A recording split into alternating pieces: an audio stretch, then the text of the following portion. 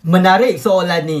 Betul ke harga emas boleh mencecah kepada RM1,000 per gram? Jawapan dia mudah je. Selagi duit kertas dicetak dan digunakan dalam kehidupan harian kita, untuk jangka masa panjang, harga emas confirm akan naik kerana kesan inflasi. Kalau 5 tahun lepas 1 gram hanyalah berkadar RM200 dan pada tahun ini harga per gram emas telah mencecah kepada RM700. Jadi apa yang menyebabkan kita fikir harga emas tidak naik untuk jangka masa panjang? Bila harga emas akan mencecah kepada RM1,000 per gram? Itu bukan persoalannya, kerana tindakan yang perlu kita ambil adalah berapa kilogram emas yang kita nak miliki, berapa ratus gram emas yang kita nak simpan sebagai simpanan jangka masa panjang kita, untuk pendidikan anak kita, untuk dana persaraan kita, untuk dana perubatan kita. Hubungi Hafizul untuk mulakan tabungan emas dengan ilmu. Hafizul bantu sebaiknya.